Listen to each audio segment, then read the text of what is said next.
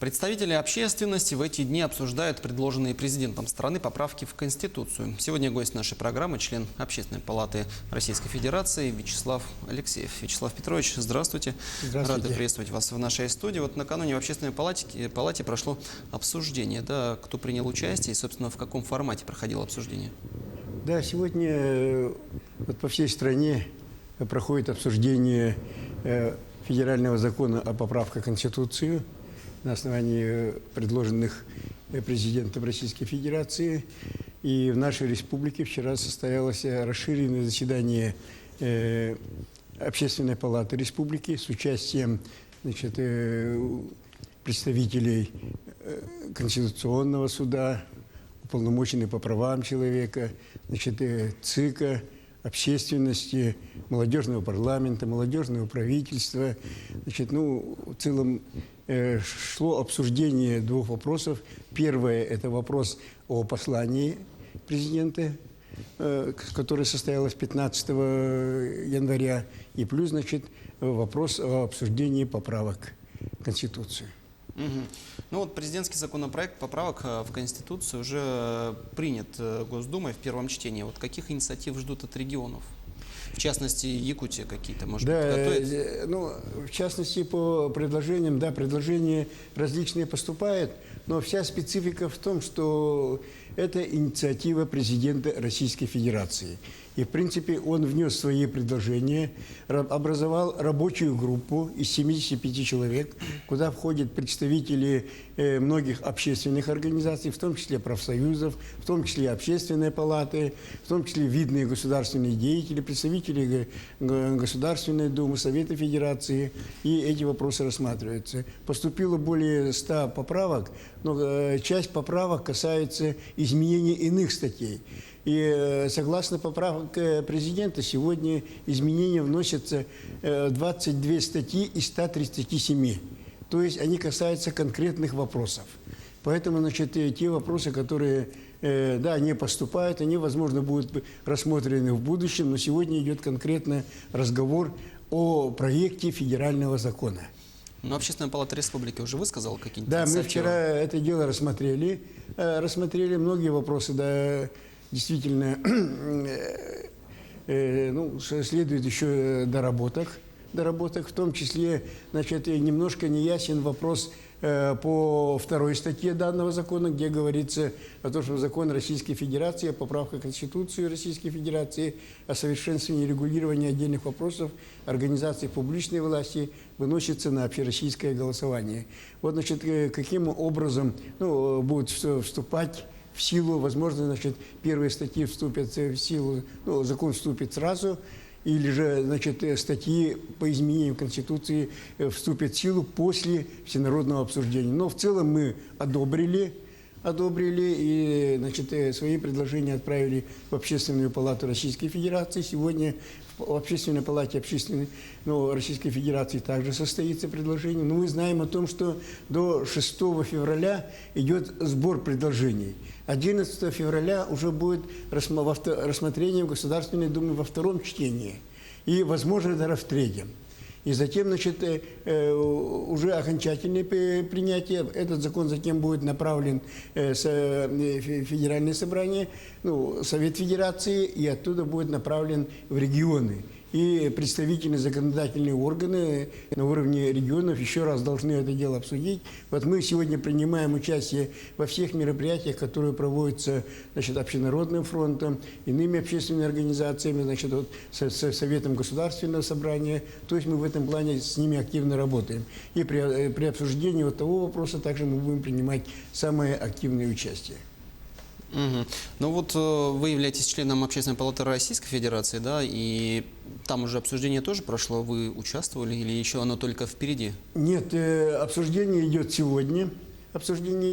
Но живая связь с общественными палатами регионов есть. Ну, каждого представителя от регионов назначили ответственными за обсуждение в регионе. В принципе, в этом плане, значит, мы вместе с нашими коллегами тесно сотрудничаем и работаем.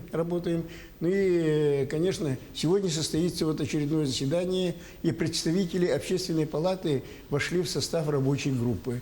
Вот Лидия Михайловна Михеева уже принимала участие при обсуждении данных вопросов, она те или иные предложения наши вносит. Все комиссии Общественной палаты также обсуждают те или иные вот, направления послания. Ну, я, будучи членом комиссии вот, по социальной политике, делам профсоюзов, ветеранов, тоже, в принципе, вот, должен выехать и, значит, принять участие в обсуждении реализации послания уже по тем или иным статьям.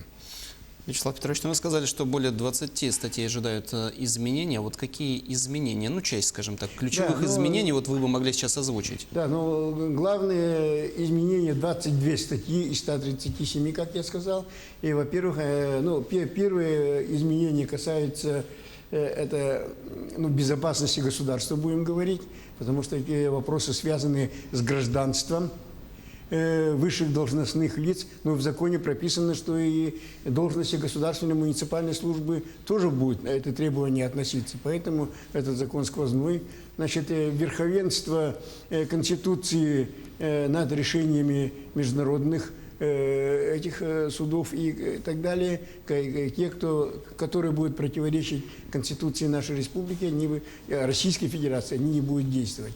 И плюс, конечно, для нас, социальщиков, вот мы как профсоюзы долго добивались того, чтобы минимальный размер оплаты труда был равен прожиточному минимуму. Этого добились, и вот теперь это будет внесено в Конституцию. Это даст нам равные возможности, в принципе, по всем регионам. Раньше у каждого региона был свой МРОТ, ну а теперь, значит, уже Конституция закрепит, и практически это останется на уровне. Плюс индексация пенсий, социальных выплат. Это, вы сами знаете, иногда в годы кризиса и так далее это все приостанавливалось. Теперь, значит, уже по Конституции, с учетом повышения цен, индексации и так далее, все будет повышаться. Минимальный размер оплаты труда будет равен прожиточному минимуму, ну а прожиточный минимум в зависимости от увеличения стоимости жизни, который постоянно растет, и это будет означать, что ежегодно будет проводиться индексация. Вячеслав Петрович, вот по вашему мнению, все вот эти вот поправки, о которых идет речь, они способны как-то усилить новое качество власти вообще? Да, я уверен в этом, потому что я был участником нескольких и посланий президента Российской Федерации. В принципе, о тех или иных вопросах он говорит всегда по повышению уровня жизни, борьба с бедностью, значит, ответственность руководителей. Даже, знаете же о том, что и в предыдущие годы у нас существовало требование, чтобы и в Государственную Думу, в руководство не шли люди с иностранным гражданством. Но это случается. И вот сегодня, я думаю, что это уже крик души, вынужденная мера уже внести в Конституцию, чтобы это требование стало уже требованием и, значит, оно каким-то образом все-таки заставило. Помните, он заставлял и счета все закрыть, но не все же выполняют. Сегодня, значит, он принял указ по национальным проектам. Действительно, национальные проекты очень хорошие. Это же и ликвидация ветхого жилья, это борьба с бедностью, это развитие социальных учреждений и так далее. Но оно же у нас не выполняется. Хотя правительство Российской Федерации говорило о том, что бюджет у нас профицитный. И вот эти предложения Владимира Владимировича сегодня оцениваются где-то 400-500 миллиардов рублей. Конечно, перед правительством стоят серьезные задачи. И, конечно, отрадно услышать, новый председатель правительства Мишустин уже, значит, и когда его назначали, говорил о том, что да, действительно, национальные проекты надо реализовывать, борьба с бедностью должна быть.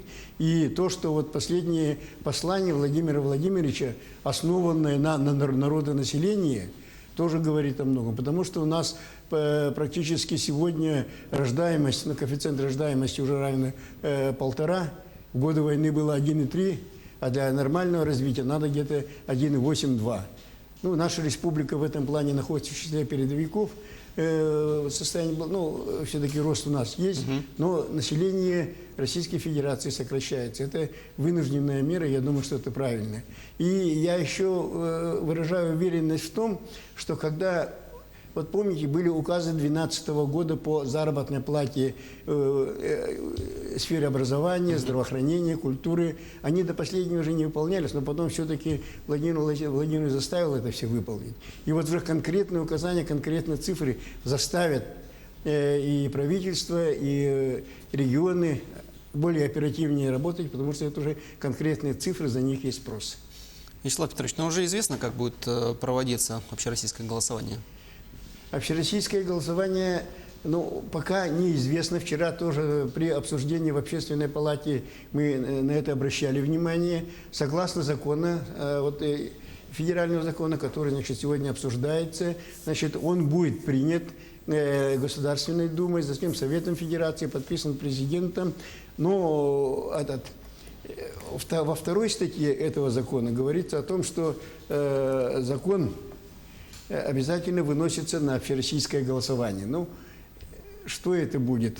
Либо вторая статья вступит сразу и выйдет на голосование, а первая статья потом будет принята окончательно и вступит в силу после народного голосования, соответствующее с учетом мнения жителей страны. Этот вопрос очень серьезный, открытый, но будем ждать. Но стоит ли ожидать, что в процессе голосования будут задействованы общественные наблюдатели? Общественные наблюдатели – это уже практика.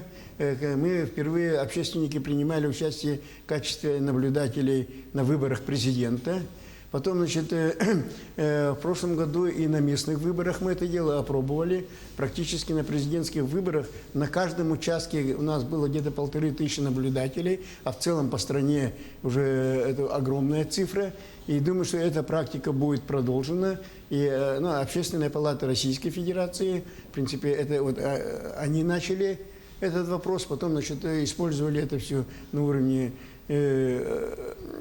России, и сегодня даже Центральная избирательная комиссия признает, что это очень эффективно и обеспечивает открытость, легитимность выборов. Это самое главное. Вячеслав Петрович, большое спасибо вам за участие в нашей программе. Я напоминаю, что об изменениях в Конституции страны мы сегодня говорили с членом Общественной палаты Российской Федерации Вячеславом Алексеевым. Якутия-24 следит за развитием событий. Не переключайтесь, оставайтесь на канале.